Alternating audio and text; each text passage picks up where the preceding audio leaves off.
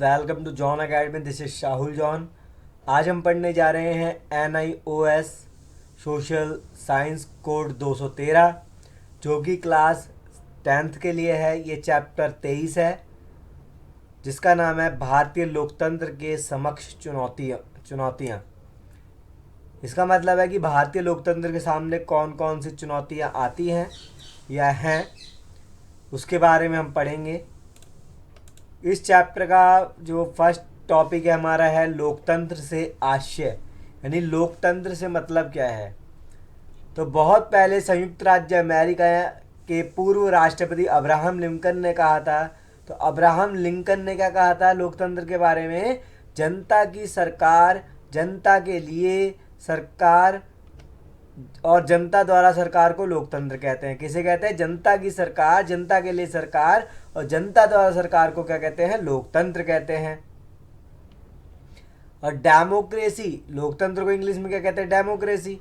और डेमोक्रेसी शब्द ग्रीक शब्द डेमोक्रेटिया से बना है जिसका अर्थ है जनता का शासन। ठीक है, ये दो शब्दों डेमोस जिसका अर्थ जनता होता है और कैटोस जिसका अर्थ है तात्पर्य शक्ति है को मिलाकर बना है। अतः लोकतंत्र में शक्ति जनता के पास होती है।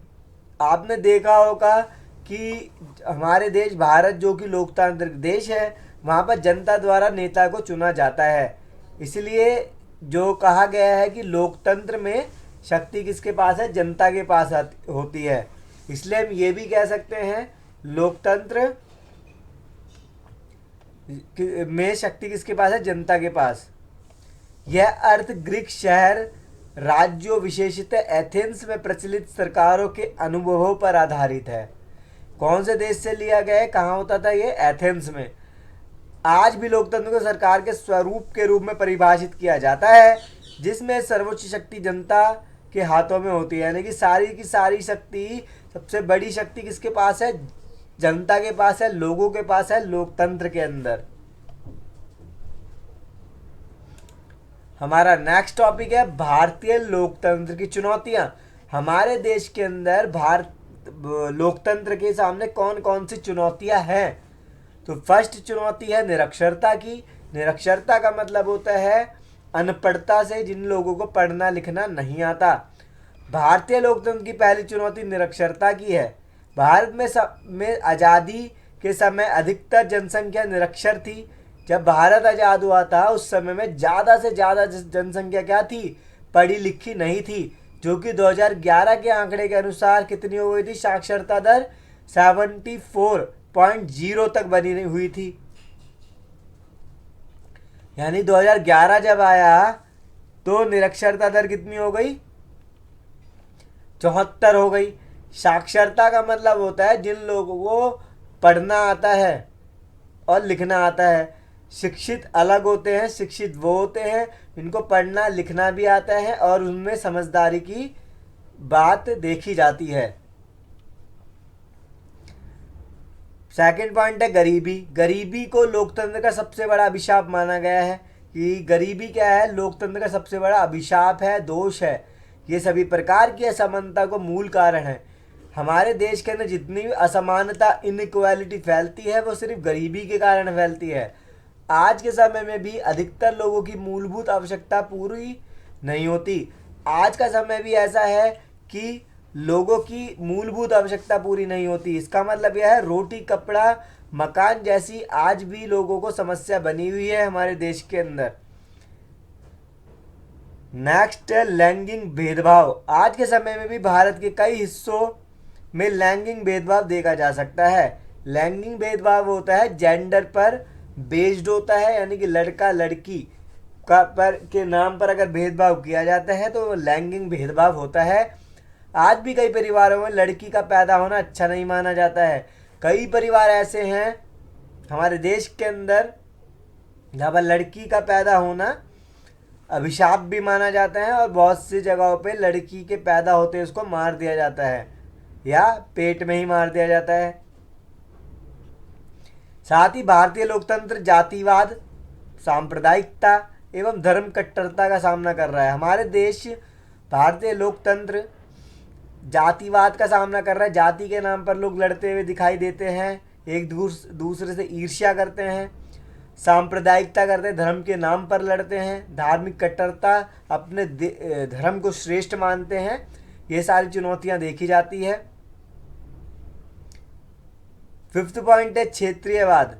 भारतीय लोकतंत्र क्षेत्रीयवाद से भी संघर्ष कर रहा है, जो विकास के क्षेत्र में क्षेत्रीय असमानता और संतुलन का परिणाम है। यानी कि आज भी क्षेत्रों को बढ़ावा दिया जाता है। जैसे सपोज करो कि मद्रास कहता है कि मुझे अलग राज्य मतलब अलग भाषा बनानी है। पहले ऐसा मुद्दा उठ चुका है। भाषा के नाम पर क्षेत्रों में असमानता देखी जाती है। पंजाब अपने राज्य को बढ़ाना चाहता है, राजस्थान अपने राज्य को बढ़ाना चाहता है, बंगाल अपने को, और मध्य प्रदेश अपने को, आंध्र प्रदेश अपने को। तो ये सारी बातें देखी जाती है। क्षेत्रीयवाद में असंतुलन और असमानता को देखा जाता है। 6th पॉइंट है भ्रष्टाचार, यानी कि इंग्लिश में कहते हैं इसे करप्शन। भ्रष्टाचार भी भारतीय जीवन में चिंता का विषय है। आज के समय में जो भ्रष्टाचार फैला हुआ है हमारे पूरे देश के अंदर, वो भी एक बहुत ही चिंता का विषय बना हुआ है। तो ये हमारे 6 पॉइंट है। आपको जब भारतीय लोकतंत्र की चुनौती आता है एग्जाम में, तो आपको 6 पॉइंट लिख देने हैं। फिर है नेक्स्ट टॉपिक इंपॉर्टेंट है, जो गरीबी उन्मूलन के कार्य। गरीबी उन्मूलन का मतलब होता है गरीबी में सुधार किस प्रकार से किया जाए। तो विशेषज्ञ मानते हैं कि सरकार का लक्ष्य गरीबी दूर करना नहीं, बल्कि समृद्धि लाना होना चाहिए, कि और भी ज़्यादा समृद्धि लाए जिससे गरीबी दूर हो जाए, क्योंकि समृद्धि से ही गरीबी उन्मूलन संभव है। यानी कि देश का और भी ऐसा काम करे कि देश का विकास हो। सेकंड है आर्थिक सुधारों के बाद भारत की अर्थव्यवस्था तेज गति से वृद्धि कर रही है। जब आर्थिक सुधार हुए देश के अंदर, जब से भारत की अर्थव्यवस्था तेज गति से वृद्धि कर रही है, आगे बढ़ रही है। लेकिन उच्च आर्थिक वृद्धि दर के बिना गरीबी कम नहीं हो सकती। अगर उच्च आर्थिक वृद्धि दर ना मिल पाए देश को, तो गरीबी क्या होगा, दूर नहीं हो पाएगी। 3rd पॉइंट है आर्थिक वृद्धि को ध्यान में रखकर सरकार द्वारा अनेक योजनाओं एवं कार्यक्रमों की शुरुआत की गई है, जैसे रोजगार सृजन कार्यक्रम, आय समर्थन कार्यक्रम, रोजगार गारंटी तथा आवास योजना आदि। तो आर्थिक वृद्धि को ध्यान में रखा गया और सरकार ने बहुत सी नई नई योजनाएं चलाई, जिससे हमारे यहाँ पर गरीबी दूर हो सके। जैसे लोगों को रोजगार देकर कुछ समय तक 100 दिन तक रोजगार देकर, ये सभी ऐसे स्कीमें चलाई गई ताकि गरीबों को काम मिले और गरीबी दूर हो जाए। 4th है प्रधानमंत्री जनधन योजना। ऐसा ही एक कार्यक्रम है। यह योजना आर्थिक रूप से वंचित लोगों को विभिन्न वित्तीय सेवाओं जैसे बचत खाता, बीमा, आवश्यकता अनुसार ऋण, पेंशन आदि तक पहुंच प्रदान करती है। जैसा कि आपने सुना ही होगा जनधन योजना के बारे में, जिसमें जीरो अकाउंट बैलेंस पे गरीब लोगों का, सब लोगों का, जितने भी खुलवा सकते हैं उनका अकाउंट खुलवाया गया था। इसमें बचत खाता, बीमा की और ऋण, पेंशन आदि की सुविधा उनको दी गई थी, जिससे गरीबी उनकी दूर हो सके। 5th पॉइंट है किसान विकास पत्र के माध्यम से किसान 1000, 5000 तथा 10,000 रुपये मूल्य वर्ग में निवेश कर सकते हैं। इससे जमाकर्ताओं का धन 100 महीनों में दोगुना हो सकता है। इसमें एक किया गया था कि किसान अगर अपना पैसा जमा करते हैं, निवेश करते हैं मूल्य वर्ग में निवेश करते हैं, तो अगर 5,000 जमा करेगा तो 100 दिन के अंदर कितना हो जाएगा, 10,000। 1,000 करेगा तो 2,000, 10,000 करेगा तो 20,000। फिर है दीन दयाल उपाध्याय ग्राम ज्योति योजना को ग्रामीण क्षेत्रों में बिजली की निरंतर आपूर्ति प्रदान करने हेतु शुरू किया गया है। जिससे क्या होता है, दीनदयाल उपाध्याय ग्राम ज्योति योजना चलाई गई, जिसमें डेली की डेली बिजली आ सके। सेवन्थ पॉइंट है महात्मा गांधी राष्ट्रीय ग्रामीण रोजगार गारंटी अधिनियम एमजी नरेगा, जिसे शॉर्ट फॉर्म में कहते हैं, के तहत देश भर के गांवों में लोगों को 100 दिनों के काम की गारंटी भी दी गई थी। एमजी नरेगा क्या करता है? ये वाली स्कीम लोगों को 100 दिन तक का गारंटीड रोजगार प्रदान करती है। आगे बढ़ने से पहले मैं आपको ये बताना चाहता हूँ, अगर आप इस चैप्टर के पीडीएफ नोट्स चाहते हैं तो शाहुल जॉन चैनल को टेलीग्राम पे फॉलो करें। आपको यहाँ ये सभी जो हमने अभी पढ़ा है वो आपको पीडीएफ नोट्स मिल जाएगी, और भी चैप्टर्स की आपको पीडीएफ नोट्स वहाँ मिल जाती है। लास्ट टॉपिक है हमारा ये महिला सशक्तिकरण के बारे में पढ़ना है हमें, और राष्ट्रीय नीति 2001 के लाभ एवं उद्देश्य।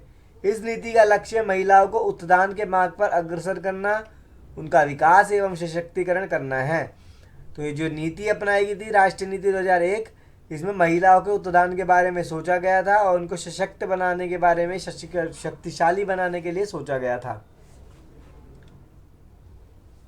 इस नीति के उद्देश्य में निम्नलिखित सम्मिलित हैं।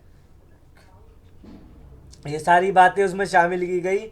महिलाओं के पूर्ण विकास हेतु सकारात्मक आर्थिक एवं सामाजिक नीतियों के द्वारा ऐसा वातावरण बनाना जिससे वह अपनी पूरी क्षमता की पहचान कर सके। तो महिलाओं के लिए क्या करना? पूर्ण विकास और आर्थिक और सामाजिक नीतियों के द्वारा वातावरण बनाया गया जिससे अपनी क्षमता की पहचान कर सके वो। साथ ही साथ राष्ट्र के सामाजिक, राजनीतिक एवं आर्थिक जीवन में महिलाओं को समान सहभागिता देना और निर्णय लेने के समान अवसर प्रदान भी करना। महिलाओं की स्वास्थ्य सभी स्तरों तक की गुणवत्तापूर्ण शिक्षा, जीवन वृत्ति, व्यावसायिक मार्गदर्शन, रोजगार, समान वेतन, व्यावसायिक स्वास्थ्य एवं सुरक्षा, सामाजिक सुरक्षा एवं सामाजिक पदों इत्यादि के समान अवसर महिलाओं को दिए गए इसमें। और महिलाओं के विरुद्ध सभी प्रकार के भेदभाव को समाप्त करने हेतु विधिक प्रणाली को मजबूत करना। इसमें महिलाओं से के विरुद्ध जो भी भेदभाव होता है उसको खत्म करने के लिए काम किया गया, और महिला एवं मादा बच्चे के विरुद्ध सभी प्रकार की हिंसा और भेदभाव का उन्मूलन करना।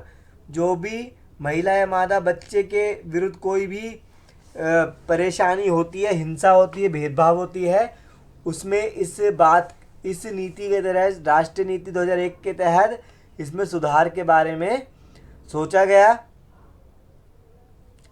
ठीक है, तो ये हमारा चैप्टर यहीं कंप्लीट होता है। अगर आपको ये वीडियो पसंद आई है तो इस वीडियो को लाइक शेयर करना ना भूलें, और इस चैप्टर और इस सब चैनल को सब्सक्राइब करना ना भूलें।